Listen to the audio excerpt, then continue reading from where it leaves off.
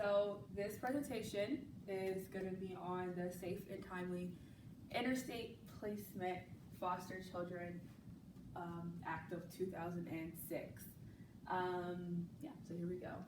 So in this presentation, we'll be talking about the goals of the legislation, the benefits and the services that this legislation has provided. We will talk about the eligibility from this legislation, like who is impacted by it, who's it useful to. We'll be also talking about how the benefits and the services of this legislation will be delivered to the people who need it or who are affected by it. We will also talk about how this policy or this legislation is financed. How does the money transfer for these things to go out, for the services to go out, and also the impact of this policy on child welfare practice, how that affects our everyday work, and so on. So, a brief overview of legislation. So this act, the Safe and Timely Interstate Placement Act, was sponsored by Thomas DeLay. He was a congressman from Texas, and his wife, Christine, she began volunteering as an advocate for foster children in 1994, and she was really impacted it. She talked to her husband, Thomas, about it, and they decided to adopt 3 foster children of their own, and 3 teenagers, actually. And through that process and through interacting with their new foster children, they just discovered how difficult the foster system really is. Thomas DeLay said at one point that he was plagued by it, and he just really wanted to make a difference and make an impact in just in that world, in that system of foster care. So in 2005, they created their own foster care community called Rio Bend in their home state of Texas, and they claim to be believers, and they have created this, they call it a Christ-centered community for foster children, and also Christian foster parents who want to show Christ to the kids that they are bringing into their home. So that was a great thing. And then a year later, he decided to sponsor this bill, and it was first created as an amendment to the Social Security Act. So that's kind of how he got started with it. So that's the story behind that. So the goals of the legislation. So the goal behind it was to ensure that children who were going across state lines were going to be safe, and that they were placed in their new home in a timely manner.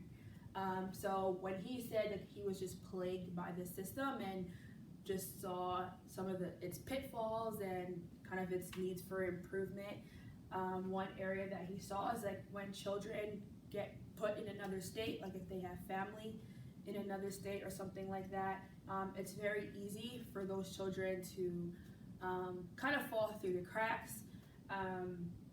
It's also difficult for their previous agency, their previous caseworkers to keep in contact with them. So sometimes these kids would leave a state and no one would know where they were really, because no one was keeping up with their paperwork. So this legislation, it wanted to hold states accountable for these children because they are wards of the state. So it just keeps states accountable for these children. But it also helps them get to these new placements quickly, and they're not in this state of an in-between or limbo between their first and second foster homes. So how it works is that the home studies are supposed to be conducted on time and quickly, and so and things like that. Okay, and the benefits and services of the legislation. So this bill created procedures to make sure that this process went over very smoothly and quickly. So pretty much before this bill was put in place, it was just kind of like these caseworkers would drop their kids off in another state. There wasn't a smooth process to be followed. So this created order. It created a whole procedure for it to make sure it was went over smoothly for the kids.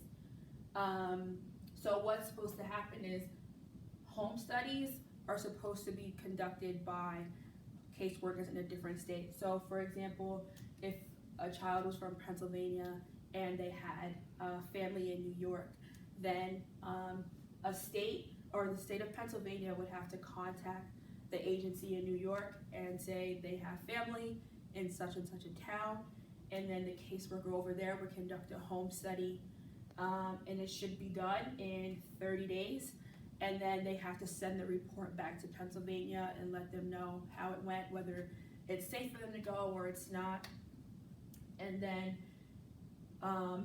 all in all, it's supposed to be 60 days by the time the request is made, the home study is done in the next state, and the report comes back, and then transporting that child to that other state. That's supposed to be a 60-day process, or 75 days if for some reason there are extenuating circumstances.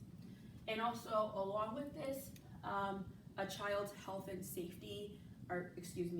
education reports are also supposed to be given to that child and their foster family, because obviously with different states come different education requirements and different state testings and all that kind of stuff. So it's important for their new school in a new state to know where they were at in their other states to best accommodate their educational needs.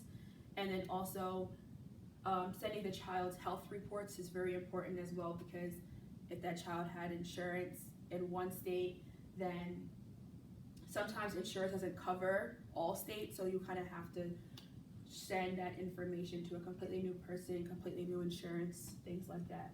So that was really important.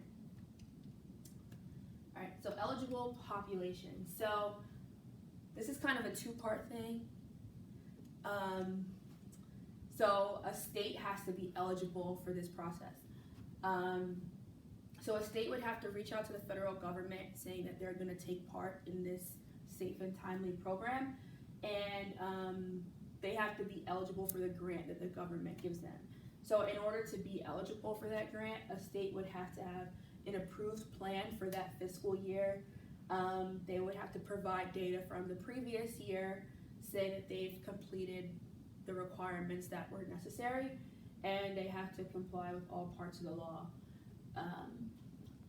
And then the people also, as far as the children who are eligible, it's just for foster children who are looking to be placed in a safe and permanent home in another state, but it doesn't apply to kids who are just looking to be put in a facility that does mental health services. So like if a child needed like mental help and there was like a facility they wanted to go to, this doesn't really apply to them. That's like more of a private matter. Okay, so the delivery of the benefits and services. So, so the states will receive a grant from the Department of Health and Human Services of $10 million for the year. And again, we've talked about the eligibility status for the state. So if they comply with all of that, they get $10 million, and then that money goes to the appropriate child welfare agencies. And then this money goes for transportation, for the home studies to get done, and the sending of reports and things like that. And just to follow along with that, how this legislation is financed. So again, they would receive the $10 million from the federal government, and then and kind of as an incentive thing that they did, if a home study was completed within 30 days, then that state would receive a payment of $1,500 per home study that's completed. So there is a chance that actually a state could receive more than $10 million if they did their job really well. But of course, that doesn't always happen. A home study doesn't always get done in 30 days just because of communication and things like that. So the $1,500 is more like an incentive to get it done even quicker. And for some reason, if like there was but if a lot of home studies were done and it exceeded $10 million like by a lot, then sometimes they would lessen the incentive price to make that work. Okay. And the impact of legislation on child welfare practice. So I think the most important thing would be that there's a lot of legal barriers that were there before this law was put into place, as far as like transporting a child and communication and jurisdiction and things like that.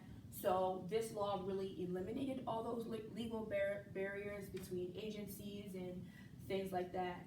So this kind of assured child welfare agencies, like when this process needs to happen, when they need to move a child to another state, that it's going to go relatively smoothly and they won't, or they shouldn't, run into any legal trouble as far as trying to find a permanent placement or adoption purposes.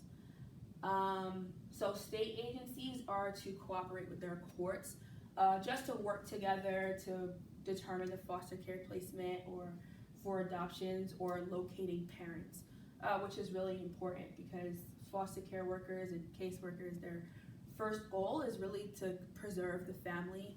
So having that extra help from the court to locate a parent or to find next of kin in another state is very important, like having the court's help with that. It also has increased the amount of times a caseworker needs to visit that child. In the past, like caseworkers would just kind of do the minimum or maybe even less with visiting a child who's been put in another state, but this legislation increased the required frequency that's needed just to do checkups on the child, make sure their transition is going smoothly, to just make sure like they are safe and things like that. And then also agencies and caseworkers are required in putting a reasonable effort into placing that child quickly. So before this, like without this time restraint, this process could take so much longer, trying to find that family in another state or transporting that child, doing the home studies. Like it could get dragged out for a very long time. So basically this is saying like there needs to be a lot of effort being put into this, and also like that time restraint made it go even better. So to sum it all up and just lasting impressions of this, this act is very important just because this law just seeks to get prevent children getting lost in the system. That's something that happens all the time. Unfortunately, kids just fall through the cracks. Their files aren't kept up to date and things like that. So it's just this law just really helped that process, making sure caseworkers are just doing as much as they can to follow up with these kids, and make sure that they're still okay, they're still safe. And to follow along with that, the more frequent visits helps these children not to be forgotten, even if they're, safe and whatever. I think it's important that these kids know that the caseworker they spend so much time with, they haven't been forgotten by them. And I know that can be an issue that some of these children go through, maybe feeling abandoned or things like that. So this is like important for their emotional well-being.